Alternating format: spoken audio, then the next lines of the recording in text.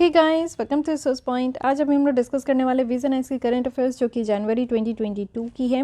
अब यहाँ पे देख लेते हैं, हमारी पॉलिटी एंड गवर्नेंस कंप्लीट हो गई है। नेक्स्ट स्टार्ट करते हैं इंटरनेशनल रिलेशन, जिसमें कि सबसे पहले इंडिया चाइना बॉर्डर डिस्प्यूट के बारे में देखेंगे। फिर से आपका ये टॉपिक रिवीजन होने वाला है क्योंकि काफ़ी सालों से हम लोग इसे पढ़ रहे हैं, 1-2 सालों से। उसके बाद हम लोग इंडिया श्रीलंका और जो चाइना ट्राइंगल है इसके बारे में हम लोग देखेंगे। इंडिया इजराइल, अगेन ये एक बहुत ही अच्छा आर्टिकल आया क्योंकि हमारी जो रिलेशनशिप है, जो फ्रेंडशिप है हमारी इजराइल के साथ, वो काफ़ी बेहतरीन है। तो इसके बारे में काफ़ी शानदार है। फिर से आपको काफ़ी कुछ न्यू टॉपिक पता चलेगा। फिर WHO के बारे में देख लेते हैं कि इनके द्वारा कोविड-19 को लेकर क्या कहा गया है और क्या बातें हो रही है। यूक्रेन क्राइसिस, जो कि आप जानते ही हो, बहुत ही बुरी हालत हो चुकी है यूक्रेन की, और आज की डेट में जो घटना हो रही है रशिया के द्वारा जो किया जा रहा है वो भी आप लोग इससे अवगत हो। तो इसके बारे में डिटेल में देख लेंगे। फिर तो फेब मंथ में बहुत ही अच्छी आर्टिकल आएगी, उसे हम लोग कवर कर लेंगे, और बाकी जितने भी न्यूज़ इन शॉर्ट से उसे हम लोग देखने वाले हैं। ओके, तो आज स्टार्ट करते हैं हम लोग इंडिया चाइना बॉर्डर डिस्प्यूट के साथ ही यहाँ पे प्रीवियस लेसन आप लोग यहाँ पे आई बटन पे क्लिक करके देख सकते हो। साथ ही यहाँ पे अगर मैं बात करूँ तो एक छोटी सी न्यूज़ है कि अगर आप लोग को विजन है इसकी टेस्ट सीरीज ज्वाइन करनी है फॉर प्रीलिम्स 2022, तो आप लोग डिस्क्रिप्शन बॉक्स में जो ईमेल आईडी है वहाँ से आप लोग ज्वाइन हो सकते हो। और टेस्ट नंबर 7 जो है वो आपका फिर से अपकमिंग जो संडे है यहाँ पे आपका पब्लिश हो जाएगा। तो फास्ट तरीके से मैं सारी जो है यहाँ पे टेस्ट आपको कंप्लीट करा दूंगी। तो ये ईमेल आईडी है, यहाँ पे आप लोग मेल करके ज्वाइन कर सकते हो। Coming to the first article, जो कि है India China border dispute. News में क्यों है? क्योंकि चाइना का एक नया कानून आया है लैंड बॉर्डर को लेकर, और ये इफेक्ट कब से होगा? तो 1 जनवरी 2022 से ही होगा।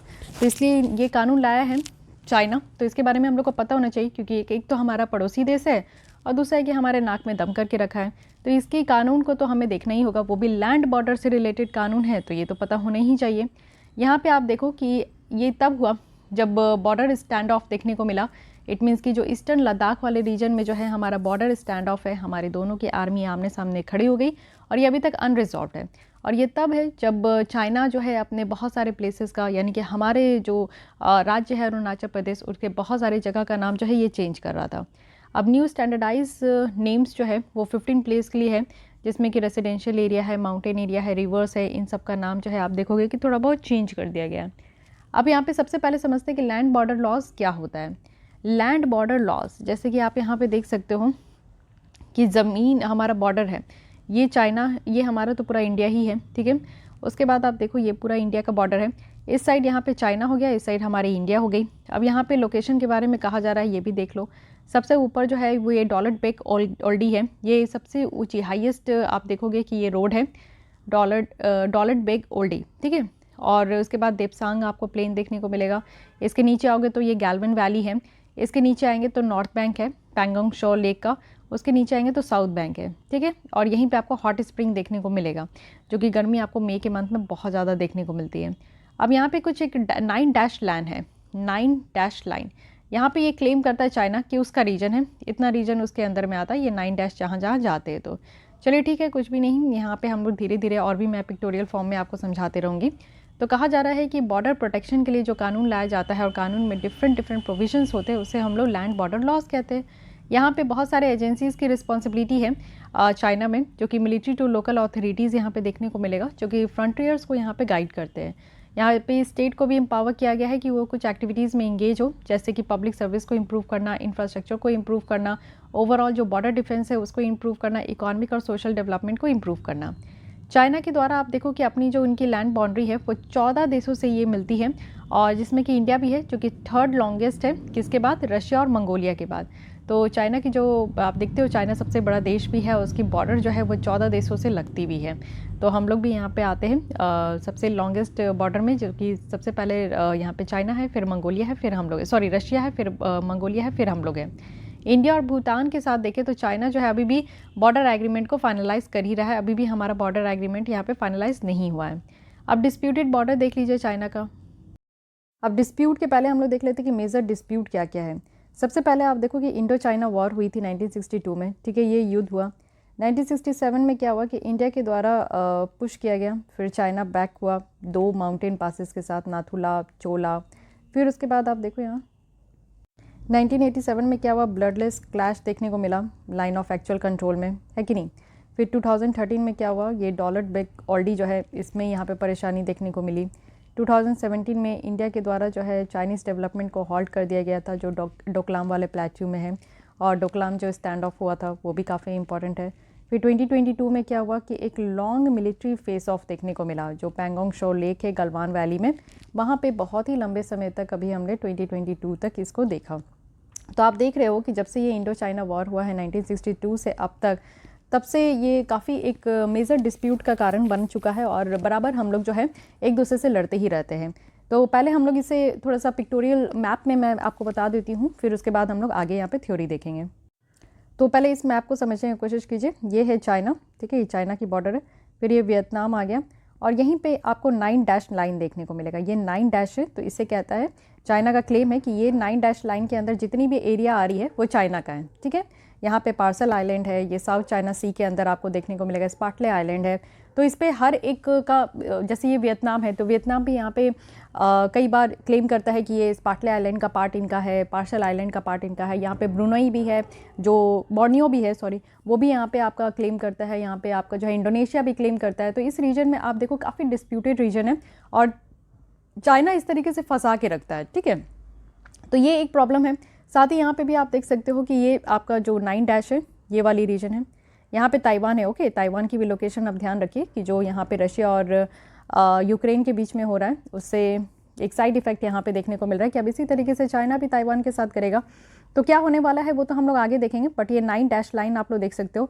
यहाँ पे अगर मैं बात करूँ तो यहाँ पे आप देखो वियतनाम का क्लेम होता है, फिलीपींस का भी क्लेम होता है, इंडोनेशिया, मलेशिया, इन सब का क्लेम होता है कि ये जो आइलैंड है इन पे इनका भी इसमें हकदार है। ये पारसल आइलैंड है, ये स्कॉर्बोक आइलैंड है, ये स्पाटले आइलैंड है, ओके। उसके बाद अगर हम लोग देखें तो हमारे साथ जो बॉर्डर यहाँ पे कनेक्ट होता है, तो ये आप देख सकते हो कि हमारा ये बॉर्डर है, जो ये लद्दाख वाला रीजन है। उसके बाद यहाँ पे हमारा ये उत्तराखंड वाला रीजन आता है, फिर नेपाल वाला है, फिर ये सेंट्रल पार्ट है सिक्किम वाला, फिर यहाँ पे अरुणाचल प्रदेश वाला है।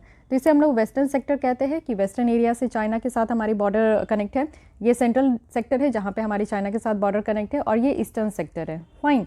तो यहाँ पे अगर हम लोग बात करें तो ये वेस्टर्न सेक्टर है जहाँ पे आप देख सकते हो कि जो हमारे यहाँ पे बॉर्डर कनेक्शन है वो बहुत ही लॉन्ग है।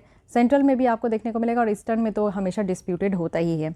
अब यहाँ पे समझिए कि सबसे ज़्यादा परेशानी कहाँ है। वेस्टर्न साइड में आप देख सकते हो कि लद्दाख वाला रेंज है, जम्मू एंड कश्मीर वाला रेंज है। यहाँ पे जो टोटल डिस्टेंस है बॉर्डर की वो 2150 किलोमीटर है, जो कि जम्मू एंड कश्मीर को यहाँ पे जिंगजियांग प्रोविंस जो यहाँ पे चाइना का है उससे अलग करता है। लिस्ट कंट्रोवर्शियल जो है वो यहाँ पे आपको देखने को मिलेगा, जो कि हिमाचल प्रदेश और उत्तराखंड वाला रीजन है। ये 625 किलोमीटर बाउंड्री है जो कि चाइना के साथ शेयर होता है। उसके बाद आप देखो कि ये डोकलाम ट्राई जंक्शन है, भूटान, इंडिया, जापान का, चाइना का, ओके। और उसके बाद ईस्टर्न साइड में आप देखो ये अरुणाचल प्रदेश के साथ बॉर्डर शेयर करते हैं, जिसमें कि अराउंड 1140 किलोमीटर तक का यहाँ पे आपका बाउंड्री शेयर होता है अरुणाचल प्रदेश के साथ। डिस्प्यूटेड अगर हम लोग देखें तो यहाँ पे 3290 किलोमीटर तक का हमारा डिस्प्यूटेड है, और हम लोग टोटल जो चाइना के साथ बॉर्डर शेयर करते हैं वो 4050 किलोमीटर है। तो 4050 किलोमीटर से आप देखो 3290 किलोमीटर तक हमारा डिस्प्यूटेड रीजन है, ये तीनों सेक्टर मिला के, फाइन। तो ये थोड़ा सा आइडिया आपको होना चाहिए। आप समझते हैं कि डिस्प्यूटेड बॉर्डर जो चाइना का है ये क्यों है, क्या है। तो सबसे पहले हमारे बीच में, इंडिया और चाइना के बीच में हमारी जो बॉर्डर है, हमारी जो लैंड बाउंड्री है वो यहाँ पे क्लियर नहीं है, डिमार्केट ही नहीं किया गया, कोई म्यूचुअल एग्रीमेंट नहीं है अभी तक एलएसी को लेकर, जो लाइन ऑफ एक्चुअल कंट्रोल है। एलएसी एक डिमार्केशन कहा गया है कि चलो ये एलएसी मान लेते हैं जहाँ से इसके आगे वाला रीजन चाइना का, इसके पीछे वाला रीजन इंडिया का। तो यहाँ पे इंडिया कंट्रोल टेरिटरी जो है वो चाइनीज़ कंट्रोल टेरिटरी से इसको सेपरेट करता है। इंडिया के द्वारा कहा जाता है, हम लोग कहते हैं कि 3488 किलोमीटर लॉन्ग एलएसी है। वहीं चाइना की बात आप देख लो तो इनका कहना है कि 2000 किलोमीटर ही एलएसी है। इट मीन्स कि ये बाउंड्री को यहाँ पे कम दर्शाते हैं, ज़्यादा से ज़्यादा एरिया वो चाहते हैं कि वो अपने टेरिटरी में दर्शा सके, ठीक है। अब एलएसी आपका 3 सेक्टर में डिवाइडेड है। यहाँ पे वेस्टर्न सेक्टर है जो अभी हम लोग देखें, ठीक है। अब इस मैप से आप लोग ज़्यादा परेशान मत होइएगा, इस तरीके से मैप है हमारा। तो यहाँ पे आप देखो वेस्टर्न सेक्टर है, ये वेस्टर्न सेक्टर हो गया, जो कि बाउंड्री डिस्प्यूट हमारा यहाँ पे जॉनसन लाइन से है, जो कि ब्रिटिश के द्वारा 1980-60s में ये प्रपोज किया गया था। फिर ये कुनलुन माउंटेन तक गया और उसके बाद जो है अक्साई चीन को इनके प्रिंसली स्टेट में डाल दिया गया। तो अक्साई चीन ये एरिया है जो कि चाइना के द्वारा हड़पा गया है हमारे भारत से। और इंडिया जो है, हम लोग यहाँ पे क्या करते हैं कि जॉनसन लाइन को यूज़ करते हैं और क्लेम करते हैं कि अक्साई चीन हमारा अपना ही है। वहीं चाइना के द्वारा आप देखो तो वो कहते हैं कि वो कहता है कि जॉनसन लाइन जो है वो रिकॉग्नाइज ही नहीं कर रहा है, और इसके अलावा जॉनसन लाइन ना मान के वो यहाँ पे मैकडोनल्ड लाइन को ये एक्सेप्ट करते हैं, और मैकडोनल्ड लाइन जो है वो इधर से जाता है। इट मीन्स कि अक्साई चीन वाला जो रीजन है वो यहाँ पे चाइना के टेरिटरी में शो करता है। लेकिन अगर आप वो जॉनसन लाइन देखोगे तो जॉनसन लाइन के थ्रू जो है वो अक्साई चीन वाला एरिया हमारे भारत के नक्शे में ये शो करता है। ठीक है, मिडिल सेक्टर है। मिडिल सेक्टर में आप देखो कि ये सबसे लेस डिस्प्यूटेड एरिया है, जिसमें हिमाचल प्रदेश और उत्तराखंड की जो है बॉर्डरी शेयर होती है। इस सेक्टर में क्या है, एलएसी जो है ये लिस्ट कंट्रोवर्शियल है। और साथ ही अगर हम लोग ईस्टर्न सेक्टर में देखें, जो अरुणाचल प्रदेश और सिक्किम वाला रीजन है, ये डिस्प्यूटेड बाउंड्री है, क्योंकि आप देखो मैकमोहन लाइन है यहाँ पे अरुणाचल प्रदेश में, जो कि 1914 में ये डिसाइड किया गया था। और जब यहाँ पे चाइना, इंडिया और तिब्बत का जो मीटिंग हुई थी शिमला में, उस समय ये डिसाइड हुआ था कि हाँ ये ईस्टर्न जो है सेक्टर है। इसी में अगर हम लोग देखें, चाइनीज रिप्रेजेंटेटिव्स है जो कि यहाँ पे एग्रीमेंट के थ्रू ये मिले थे। तवांग यहाँ पे ट्रैक्ट था जो कि चाइना के द्वारा क्लेम किया गया था कि वो यहाँ पे इंडिया से ले लेंगे 1951 में। तो ये सारी बाउंड्री डिस्प्यूट है जो कि आप मैप के थ्रू इसको समझ सकते हो। फाइन, अब यहाँ पे हम लोग देखते हैं कि इंडिया के द्वारा हम लोग क्या कर रहे हैं। तो कंसिस्टेंट है, हमारी प्रिंसिपल पोजीशन है कि अरुणाचल प्रदेश और जो इंटायर यूनियन टेरिटरी है, जम्मू एंड कश्मीर, लद्दाख, वो हमारा है, और ये हमेशा हमारा इंटीग्रल पार्ट रहेगा हमारे देश का। लेकिन अब तक आप देखो कि इतने साल हो गए, 1962 से इंडिया चाइना वॉर हो रही है, और अब तक हम लोग जो है इस जो बॉर्डर डिस्प्यूट है उसको हम लोग रिजॉल्व नहीं कर पाए। तो इसके पीछे बहुत बड़ी रीज़न होगी। तो क्या क्या रीज़न है ये समझिए। सबसे पहले क्या होता है कि रिसोर्सफुल है या स्ट्रैटेजिक सेक्शन है। लद्दाख आप देखो हमारे देश के लिए काफ़ी वैल्यूएबल है, क्योंकि हमें फ्रेश वाटर सप्लाई करता है, और चाइनीज़ से ये कनेक्टेड भी है। ये डायरेक्टली जो है चाइनीज़ का जो जिनजियांग प्रोविंस है उससे कनेक्टेड है लद्दाख। तो साथ ही साथ वेस्टर्न तिब्बत से भी ये कनेक्टेड है। तो लद्दाख जो है एक चाइना के लिए काफ़ी इंपॉर्टेंट है, यानी कि एक ऐसा एरिया है लद्दाख की वो जो है डायरेक्टली हमारे देश में इंटर कर सकता है। मोर एवर आप देखो कि ये जियोथर्मल रिसोर्सेज में काफ़ी रिच है। इंपॉर्टेंट पॉलिटिकल और इकोनॉमिक जोन आपको यहाँ पे देखने को मिलेगा कि मिडिल ईस्ट टू सेंट्रल और सदर्न एशिया जो है उससे कनेक्टेड है Ladakh. Growing power imbalance with China. It means आप देखो कि जो चाइनीज़ मिलिट्री है वो बेटर फंडेड है और इक्विप्ड है, यानी कि उनको यहाँ पे एडवांस जो वेपन वगैरह है और टेक्नोलॉजी वगैरह है वो सब यहाँ पे चाइनीज़ मिलिट्री को बेटर तरीके से दिया जाता है। और चाइनीज़ मिलिट्री जो है वो कहा जाता है कि उनको टाइम टू टाइम फंडेड सही दी जाती है। साथ ही अगर हम लोग बात करें यहाँ पे चाइना, जिनकी इकॉनमी आप देखो 5 टाइम्स हमारे इंडिया के साइज़ से है, तो ये भी है कि वो बहुत ज़्यादा जो है इस रीजन में इन्वेस्ट करते हैं, इंडिया के इन्फ्लुएंस को काउंटर करते हैं। हमारे इसी रीजन में इन्फ्लुएंस नहीं करते, वो बहुत सारे रीजन में इन्फ्लुएंस करते हैं। चाइना का आपने डेट ट्रैप तो जाना ही होगा कि वो कर्ज में कैसे सबको फंसाते हैं। पहले कर्ज दे देंगे, उसके बाद जो है उनको अपने कब्जे में कर लेंगे, क्योंकि इतना कर्ज दे देते और इतने सालों के लिए दे देते कि वो कंट्री अपने आप को बेच देती है। तो ये जो चाइना का यहाँ पे डेट ट्रैप चल रहा है, ये बात है कि इन्वेस्ट बहुत ह्यूज करते हैं। साथ ही परसिव थ्रेट है इंडिया का जियोपॉलिटिकल इंटरेस्ट को लिए। तो इंडिया की जो नेबरहुड फर्स्ट पॉलिसी है, हम लोग कहते हैं कि हमारे पड़ोसी पहले है, और क्लोजर टाइज है हमारा यूएस के साथ, और अलाइज भी है जो कि चाइना का काफ़ी नेगेटिव है। तो इंडिया का जो इन्फ्लुएंस बढ़ते जा रहा है इंडियन ओशन रीजन में, ये अगर हम लोग देखें तो काफ़ी ज़्यादा ये इंटरनेशनल पावर जो है उसको बार्गेन भी करता है। लेकिन हमारी आप देखो कि एक ऐसा मात्र ओशन है जो कि इंडिया के नाम पे है, तो ये काफ़ी चिढ़ता है। चाइना कहता है कि इंडिया के नाम पे क्यों कह रहे हैं, इसको इंडियन ओशन नहीं कहना चाहिए। ठीक है, तो वो बात हो जाती है कि हमारी इन्फ्लुएंस जो है इंडियन ओशन में बढ़ रहा है, ये भी बर्दाश्त नहीं हो रहा है चाइना से। साथ ही इनएबिलिटी है कि यहाँ पे एक दूसरे की रीजनल एम्बिशन को कंप्रहेंस करे। इट मीन्स कि इंडिया जो है अपने आप को एक रीजनल हेजमन की तरह देखते हैं हम लोग साउथ एशिया में, और चाइना डेफिनेटली वो इंडिया की पोजीशन को चैलेंज करेंगी, स्पेशली जो सीपैक है। ठीक है, यहाँ पे चाइना पाकिस्तान इकोनॉमिक कॉरिडोर है।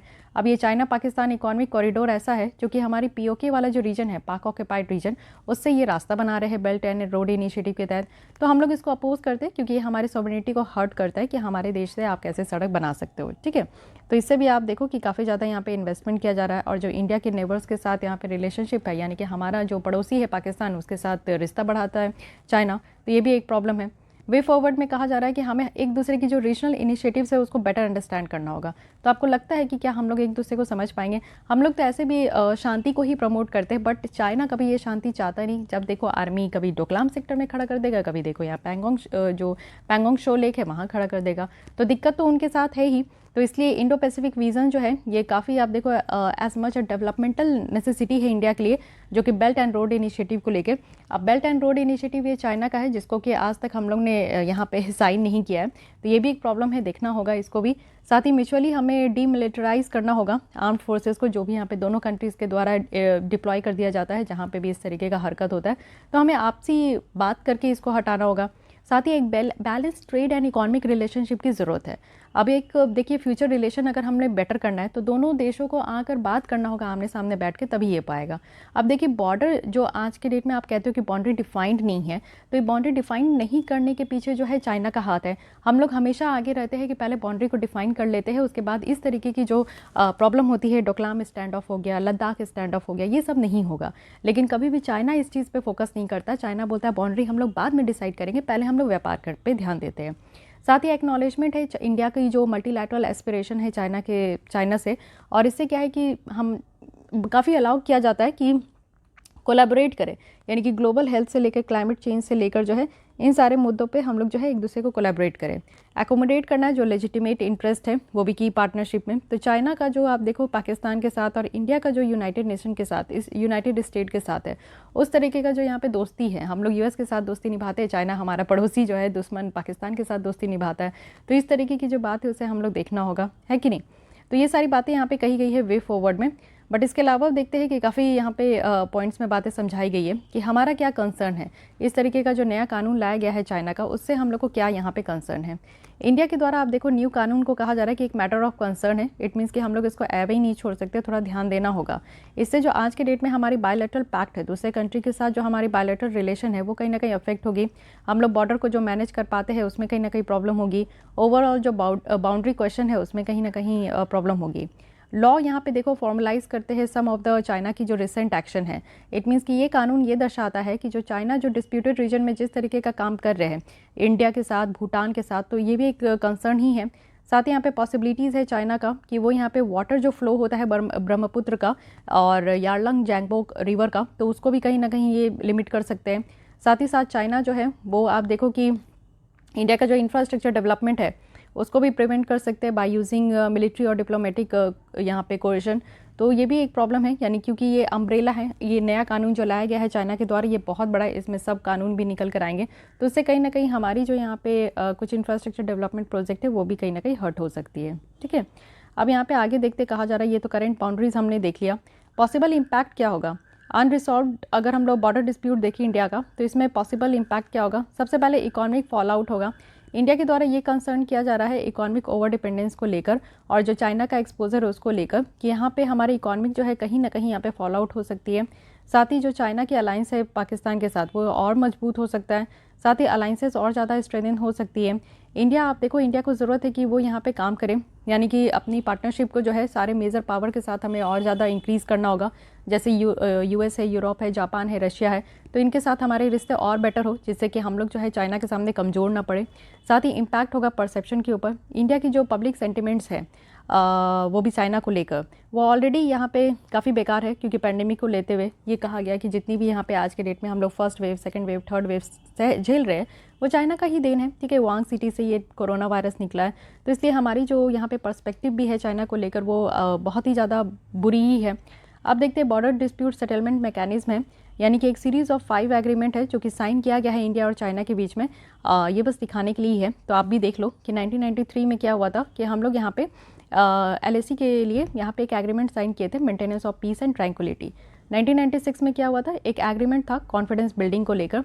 2005 में क्या है कि प्रोटोकॉल है कि मोडालिटीज़ को लेकर, यानी कि कैसे इंप्लीमेंट करना है कॉन्फिडेंस बिल्डिंग मेजर्स से।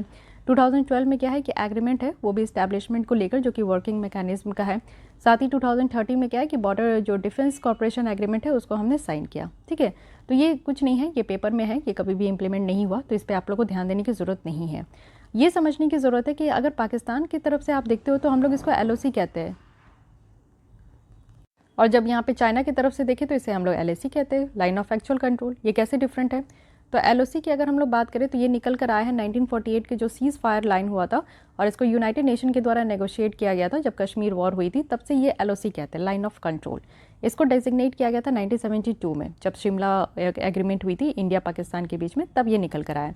साथ ही ये मैप में भी डिलिनेट किया गया और इसको साइन किया गया है दोनों आर्मीज़ के द्वारा, ठीक है। वहीं LAC की बात करें तो ये ओनली एक कंसेप्ट है, यानी कि एक ऐसा यहाँ पे जो है सोचने वाला लाइन है, इस तरीके से आप समझ सकते हो चाइना के साथ, क्योंकि हम लोग इसके ऊपर एग्री नहीं किए। अगर हम लोग एग्री भी कर लेते हैं तो चाइना एग्री नहीं करता, क्योंकि हम लोग दोनों की तरफ से आप देखो कि जो हम लोग का बॉर्डर जितनी भी डिस्टेंस है उसको हम लोग जो बताते हैं किलोमीटर में वो डिफरेंट है। साथ ही इसको डिलिनेट भी नहीं किया गया, ना ही मैप में आपको देखने को मिलेगा, ना ही ग्राउंड में कभी डिमार्केट किया गया, यानी कि कभी भी यहाँ पे बैरिकेटिंग वगैरह नहीं किया गया है। तो ये दोनों डिफरेंट है, LAC और LOC, ठीक है। इंडिया की जो बॉर्डर डिस्प्यूट है वो नेबर कंट्रीज़ के साथ अगर हम लोग देखें तो सबसे पहले आप देख सकते हो ये गिलगित बल्तिस्तान वाला रीजन है, फिर जम्मू एंड कश्मीर वाला रीजन आपको देखने को मिलेगा, यहाँ पे अफ़गानिस्तान है, सियाचिन ग्लेशियर है यहाँ पे जो कि 70 किलोमीटर लॉन्ग है और इसको इंडिया के द्वारा ही कंट्रोल किया गया है। अक्साई चीन वाला एरिया आप देखो 35,241 स्क्वायर किलोमीटर है, जो कि चाइना के द्वारा एडमिनिस्ट्रेट किया जाता है और ये चाइना का जो जिंगजियांग ऑटोनोमस रीजन है उसी का पार्ट कहा जाता है।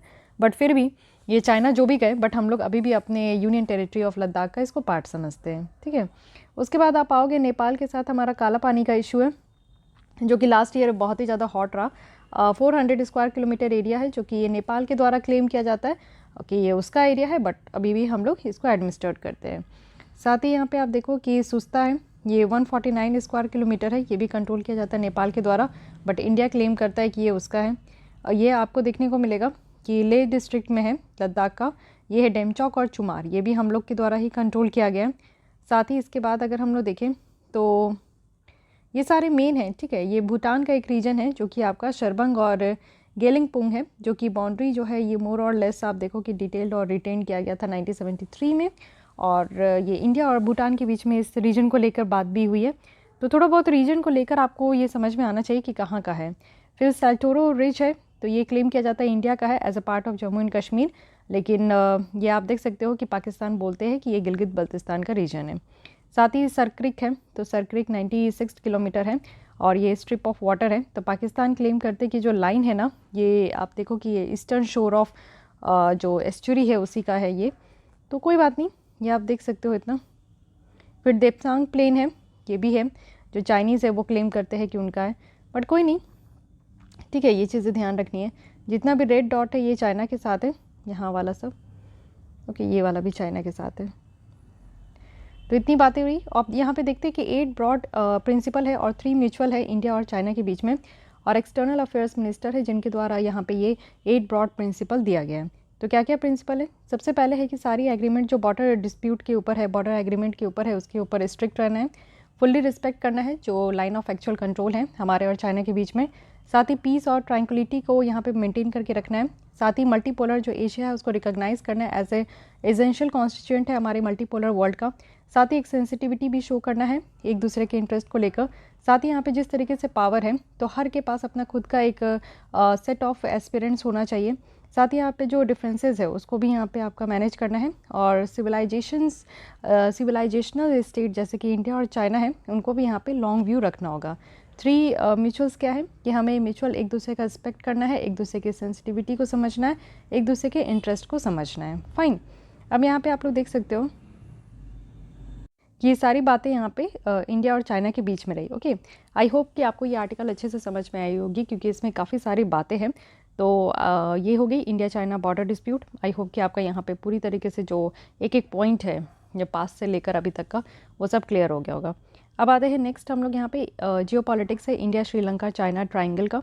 तो इसे समझते हैं क्योंकि आप देखो कि जिस तरीके से चाइना का प्रेजेंस श्रीलंका में बढ़ते जा रहा है, एक कंसर्न है क्योंकि श्रीलंका हमारा पड़ोसी देश है और पड़ोसी देश होने के नाते जो है अगर चाइना की वहाँ पे दबदबा बढ़ रही है, इन्फ्लुएंस बढ़ रही है, तो हमारे लिए एक कंसर्न है। ठीक है, अब कैसे चाइना की इन्फ्लुएंस जो है वो श्रीलंका में बढ़ते जा रही है, तो कुछ सालों से आप देख रहे हो कि चाइनीज़ फुटप्रिंट जो है वो इंक्रीज़ हो रहा है। इट मीन्स कि जो आइलैंड नेशन है ना, वो आइलैंड नेशन पे चाइना का बहुत ज़्यादा नज़र है और यहाँ पे वो इकोनॉमिक, कल्चर, मिलिट्री और टेक्निकल असिस्टेंस प्रोवाइड करते हैं श्रीलंका को। तो श्रीलंका भी आप देखो कि यहाँ पे हम्बनटोटा पोर्ट है जो कि श्रीलंका ने यहाँ पे लीज़ पे दे दिया है। तो बहुत ही मुश्किल है, चलिए देखते हैं आगे क्या क्या बातें की जा रही हैं। तो अब देखते हैं कि कैसे यहाँ पे ग्रोइंग क्लॉट है चाइना अफेक्ट, जो कि इंडिया श्रीलंका के बायलैटरल रिलेशनशिप में करेगा। अगर ये चाइना आता है तो इससे क्या प्रॉब्लम है, और एक चीज़ हाँ, इससे पहले आप देखो कि यहाँ पे economic point of view, military और नेवल प्रेजेंस है और टेक्निकल असिस्टेंस किस तरीके से चाइना प्रोवाइड कर रहा है। इकोनॉमिक पॉइंट ऑफ व्यू से देखें तो चाइना एकमात्र ऐसा कंट्री है जो कि सबसे लार्जेस्ट फॉरेन इन्वेस्टर बन चुका है श्रीलंका में, और 4th लार्जेस्ट फॉरेन लेंडर है डेवलपमेंट प्रोजेक्ट में। जैसे कि हम्बन टोटा पोर्ट हो गया, साथ ही मटाला यहाँ पे एयरपोर्ट है, कोलंबो पोर्ट सिटी है। तो ये सब जितने भी यहाँ पे बड़े बड़े इंफ्रास्ट्रक्चर प्रोजेक्ट है ना, उसमें बहुत ज़्यादा इन्वेस्ट किया जा रहा है चाइना के द्वारा। साथ ही लार्जेस्ट इंपोर्टर है, एक्सपोर्टर भी है श्रीलंका का ये। तो इकोनॉमिक पॉइंट ऑफ व्यू से फ़ायदा है। मिलिट्री और नेवल प्रेजेंस अगर हम लोग देखें तो चाइना के द्वारा आप देखो कि जो मॉडर्न आर्मामेंट है उसको यहाँ पे श्रीलंका को भेजा गया है। और साथ ही चाइनीज़ डिप्लॉयमेंट भी है, यानी कि जो रिसर्च वेसल्स है ये भी सब स्पाई शिप्स वगैरह है जिससे कि जासूसी कर सके चाइना ओशन, इंडियन ओशन में। तो ये सारे शिप्स वगैरह भी श्रीलंका को दिया गया है। साथ ही प्रपोजल है कि एक नया फोरम यहाँ पे इस्टेब्लिश किया जाएगा इंडियन ओशन आइलैंड नेशंस में। इंस्पाइट जो आपको अभी देखने को मिलेगा कि एक तो हमारा इंडियन ओशन को लेकर है इंडियन ओशन रिम एसोसिएशन, और दूसरा है इंडियन ओशन नेविस सिम्पोसियम। तो ये 2 ऑर्गेनाइजेशन ऑलरेडी है, लेकिन इसके अलावा चाइना चाहता है कि एक और यहाँ पे एक फोरम हो जो कि इंडियन नेशन के आइलैंड नेशन के साथ हो, इंडियन ओशन के आइलैंड नेशन के साथ हो। ओके, टेक्निकल असिस्टेंस में देखें तो चाइना के द्वारा एक्सटेंड किया गया है, यानी कि यहाँ पे 800 मिलियन यान दिया गया है हेल्थ और हाउसिंग सेक्टर को इम्प्रूव करने के लिए। तो इतना तो इन्वेस्टमेंट किया गया है, इतना हेल्प किया जा रहा है चाइना के लिए, तो अब क्या ही नहीं यहाँ पे बचा है। तो अब देखते हैं कि चाइना का जो अफेक्ट, चाइना जिस तरीके से इन्फ्लुएंस बढ़ाते जा रहा है श्रीलंका में, उससे हमारे और श्रीलंका के रिलेशन में कैसे अफेक्ट होगा। तो सबसे पहले मैरीटाइम सिक्योरिटी पे यहाँ पे थ्रेट है, क्योंकि आप देखो कि हमारा जो एरिया है वो सदर्न एरिया जो है वो पूरी तरीके से पानी से घिरा है, और साथ ही ये जो है हमारा आइलैंड नेशन है श्रीलंका, इसमें भी पूरी तरीके से पानी में घिरा हुआ है, और दोनों कंट्री आप देखो इंडियन ओशन पे है, तो ये भी प्रॉब्लम है। तो एक परमानेंट जो पीपल्स लिबरेशन आर्मी है वो आपको ईस्टर्न इंडियन ओशन में देखने को मिलेगा, जो कि इंडियन नेवी डिप्लॉयमेंट ऑप्शंस के साथ है। और ये जो जियोग्राफिकल एडवांटेजेस है ना, जितना भी पानी को लेकर ये एंजॉय करते हैं, वो सब यहाँ पे न्यूट्रलाइज हो जाता है। तो रिसेंटली श्रीलंका जो है उनके द्वारा एक चाइनीज़ फर्म्स यानी कि सिनोसार इटेकवी यहाँ पे आपका जॉइंट वेंचर है, जिसमें कि हाइब्रिड रिन्यूएबल एनर्जी सिस्टम को इंस्टॉल करने की बात की गई है, जो कि पाक पे में है, और ये तमिलनाडु से 50 किलोमीटर की दूरी पे है।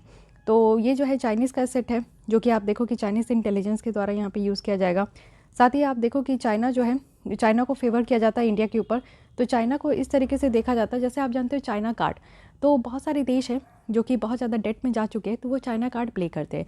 इट मीन्स कि हमसे पहले कहते हैं कि आप यहाँ पे मदद कर दो, अगर आप मदद नहीं करोगे तो चाइना तो है ही, तो इसलिए यहाँ पे फेवर करते हैं चाइना को ओवर इंडिया।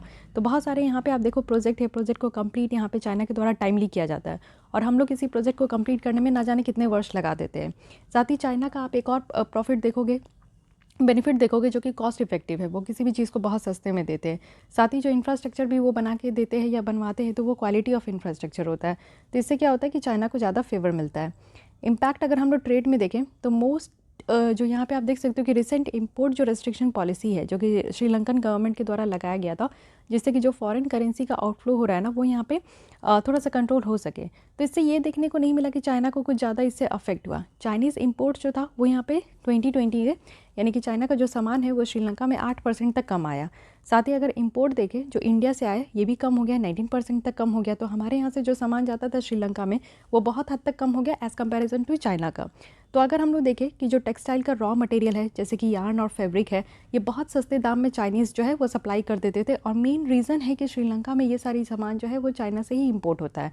तो आप देखते हो कि बहुत सस्ते दाम में चाइना जो है वो सारे सामान को एक्सपोर्ट करते हैं। तो ये भी एक रीज़न है जो आप देखो कि बहुत ज़्यादा फेवर हो रहा है ट्रेड में।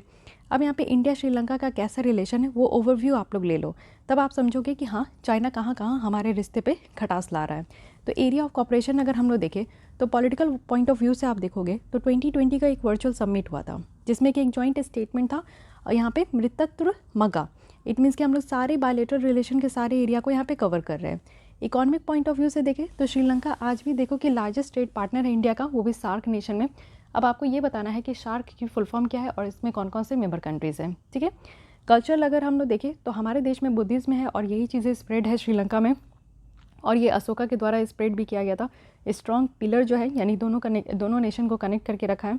डेवलपमेंट प्रोजेक्ट आप देख सकते हो कि श्रीलंका जो है वो इंडिया का one of the major development partner रहा है, जैसे इंडिया हाउसिंग प्रोजेक्ट है श्रीलंका में।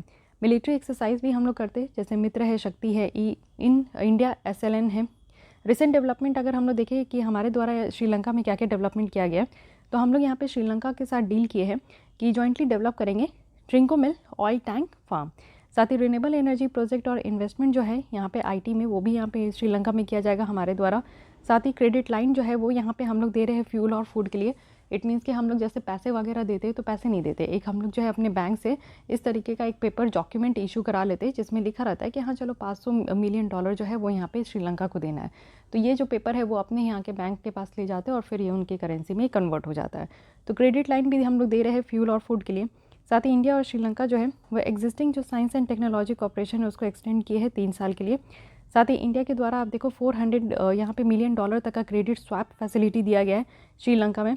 साथ ही श्रीलंकन गवर्नमेंट जो है वो एक रोड मैप भी प्रिपेयर किए जिससे कि जो इंडिया के साथ जो भी टाइस है उसको फिर से रिपेयर किया जाएगा।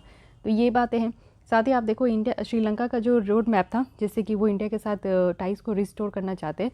तो सबसे पहला है कि हमारा जो धार्मिक लिंक है उसको प्रमोट करना है। दूसरा है कि ट्रेड और इन्वेस्टमेंट वाले एरिया पे ध्यान देना है। साथ ही यहाँ पे बुद्धिस्ट एक्सचेंज जो है बुद्धिज्म में जो जिस तरीके से स्प्रेड हुआ है इंडिया टू श्रीलंका उस चीज़ को यहाँ पे देखना है। साथ ही हैंडिंग ओवर करना है जितने भी सैक्रेड यहाँ पे साइट टेम्पल स्टोन है। साथ ही यहाँ पे जो रिजॉल्व करना है जो फिशरमैन इश्यूज़ है। आप देखते हो कि जाफना रीजन है जो जो नदर्न रीजन है श्रीलंका का उसको जाफना रीजन कहते हैं और वहाँ पे मेनली आप देखो कि इंडियंस होते हैं, तमिलियंस वहाँ पे रहते हैं। तो कई बार आप देखो कि तमिलनाडु से जो मछुआरे जाते हैं वो कई बार श्रीलंका के बॉर्डर में इंटर हो जाते हैं और श्रीलंका के जो मछुआरे होते हैं वो हमारे बॉर्डर में इंटर हो जाते हैं, उनको पता नहीं चलता है। तो फिशरमैन इश्यूज़ बहुत हॉट टॉपिक है, ये हमारा हॉट डिस्प्यूट टॉपिक है इंडिया और श्रीलंका के बीच में, तो उसको रिजॉल्व करना है। साथ ही हम दोनों के बीच में एक अच्छी कनेक्टिविटी होनी चाहिए, उस पर भी ध्यान करना है। ओके, साथ ही अगर हम लोग देखें तो मेजर चैलेंज क्या है कि ट्रस्ट डेफिसिट है, भरोसा ही नहीं है। श्रीलंका को लगता है कि हम लोग धोखा दे देंगे तो इसलिए वो चाइना के पास जाता है। फिशरमैन इश्यूज़ एक सबसे हॉट डिस्प्यूट टॉपिक रहता है क्योंकि आप हमेशा देखते हो कि या तो हमारे मछुआरे को श्रीलंका पकड़ लेते या श्रीलंका के मछुआरे को हम लोग पकड़ लेते हैं, तो यहाँ पे एक डिस्प्यूट का रीज़न है। साथ ही इनएबिलिटी है कि हम लोग फ्री ट्रेड एग्रीमेंट को अपग्रेड नहीं कर पा रहे हैं। साथ ही स्टॉल जो यहाँ पे इंफ्रास्ट्रक्चर प्रोजेक्ट है जैसे जाफना और संपूर्ण पावर प्लांट है, ये भी एक आप देखो कि चैलेंज ही है। ठीक है, तो ये तो हमारा रिश्ता रहा हमारा और श्रीलंका का। अब देखते वे अहेड बताया जा रहा है कि हमारा और जो श्रीलंका का टाइस है उस पर हम लोग को फोकस करना चाहिए। तो हम लोग को न्यू डोमेन एक्सप्लोर करने की ज़रूरत है, जैसे कि हम लोग एजुकेशन के फील्ड में, हेल्थ केयर सेक्टर में, टूरिज्म में हम लोग अच्छे तरीके से पार्टनरशिप कर सकते हैं। यानी कि चाइना से अगर आप देखोगे तो हेल्थ, एजुकेशन और टूरिज्म में हमारी जो पार्टनरशिप है वो बेटर हो पाएगी। साथ ही लिवरेज कर पाएंगे इंडिया का सॉफ्ट पावर। टेक्नोलॉजी सेक्टर में आप देखो तो इंडिया जो है वो यहाँ पे जॉब अपॉर्चुनिटी क्रिएट कर सकते हैं और जो इन्फॉर्मेशन टेक्नोलॉजीज़ कंपनीज़ है उसकी भी प्रेजेंस हम लोग श्रीलंका में बैठा सकते हैं। साथ ही एक्सपीरियंस शेयर करने की ज़रूरत है। श्रीलंका आप देखो कि यहाँ पे उनकी जो प्रोजेक्ट है यानी कि कॉन्स्टिट्यूशन को ड्राफ्ट करना, तो हम लोग अपनी खुद की एक्सपीरियंस को उनके साथ शेयर कर सकते हैं कि कैसे माइनॉरिटी राइट्स को यहाँ पे मैनेज करना है, कैसे जो डाइवर्स पॉपुलेशन है उनको यहाँ पे मैनेज करना है। साथ ही जो कल्चरल रिलेशन है उसको स्ट्रेंथन करने का ज़रूरत है। तो दो देश जो है वो यहाँ पे बुद्धिज्म नॉलेज को क्रिएट कर सकते हैं। एक टूरिज्म यहाँ पे कॉरिडोर बन सकता है। तो टूरिस्ट प्लेस अगर बन जाएगा तो श्रीलंका में आप देखो कि पैसे की कमी नहीं होगी, इकॉनमिक कंडीशन यहाँ पे बेटर हो जाएगा। साथ ही इंडिया के द्वारा तो अभी यहाँ पे $15 मिलियन तक का जो है ग्रांट भी दिया गया है कि बुद्धिस्ट टाइज को श्रीलंका के साथ और भी प्रमोट करें। साथ ही कॉपरेशन देखें तो मैरीटाइम सिक्योरिटी में, मैरीटाइम कंट्रीज़ जो इंडियन ओशन में है तो इंडिया और श्रीलंका है जो कि अपनी इंटरेस्ट को ज़रूर शेयर कर सकते हैं, जिससे कि यहाँ पे मैरीटाइम सिक्योरिटी और सेफ्टी को हम लोग बढ़वा सकते हैं, यानी कि बढ़ावा दे सकते हैं, यानी कि हम लोग यहाँ पे प्रिजर्व करके रख सकते हैं। तो ये बहुत अच्छे यहाँ पे वे फॉरवर्ड आप देख सकते हो। तो वे फॉरवर्ड जो भी यहाँ पे दिया रहता है ना, ऐसा नहीं कि आप श्रीलंका के साथ ही इसको लिख सकते हो, और भी कंट्रीज़ के साथ आप लोग जो है थोड़ा सा कट एंड पेस्ट करके लिख सकते हो। ओके, तो ये सारी बातें रही। अब ये समझते हैं कि is all well with Sri Lanka and China relationship. क्या श्रीलंका और चाइना का जो रिलेशनशिप है ये बिल्कुल ही सही है? तो श्रीलंका आप देखो कि फोर्स किया जा रहा है कि वो डेट ट्रैप में जाए। सबसे पहले मैं यही बताई हूँ कि चाइना की जो यहाँ पे नीयत है वो सही नहीं है, वो किसी भी कंट्री को अपने अंदर लाना चाहता है और डेट ट्रैप में फंसा रहा है। साथ ही चाइना जो है आप देखो कि ये ओस किया मोर देन $5 बिलियन तक का, वो भी डेट में है। और ये आप देखो कि यहाँ तक लास्ट साल जो है एक एडिशनल $1 बिलियन तक का लोन भी लिया गया था बीजिंग से। तो ये सब है कि किसी भी तरीके से आप देखो कि चाइना जो है वो श्रीलंका को अपने कब्जे में लिया है और चाइना जो है श्रीलंका को कहीं ना कहीं प्रॉब्लम में ही डाल रहा है। तो ये सारी बातें हैं यहाँ पे। तो इस तरीके से जो इंडिया, श्रीलंका और चाइना का जो ट्रायंगल है उसको समझने की कोशिश कीजिए। ये ऐसा नहीं कि ऐसे डायरेक्टली कहीं क्वेश्चन पूछे जाएंगे, लेकिन हाँ ये एक अंडरस्टैंडिंग के लिए इस तरीके की आर्टिकल होती है कि आप दूसरी एंगल भी समझो। अगर दो देश यहाँ पे पहले हमारी और श्रीलंका हम लोग नेबर हैं, तो ऑब्वियस है अगर यहाँ पे तीसरा कंट्री अगर इंक्लूड हो रहा है तो उसके एंगल आपको समझना होगा कि उससे हमारे रिलेशन में क्या इम्पैक्ट होगा। ओके, सो गाइस आज के लिए बस ये 2 आर्टिकल रखती हूँ। कल फिर हम लोग यहाँ पे इंडिया इजराइल और बहुत अच्छे अच्छे आर्टिकल जो बची हुई है उसको मैं डिस्कस करूँगी। तो आई होप कि आपको ये वीडियो अच्छे लगे होंगे, लेसन हेल्पफुल लग रही होगी। इसी के साथ हमारे चैनल के साथ आप जुड़ सकते हो डेली बेसिस पे या अल्टरनेट बेसिस पे आपको यहाँ पे लेसन देखने को मिलेंगे। और मिलती हूँ कल, आज के लिए बस इतनी। Thank you.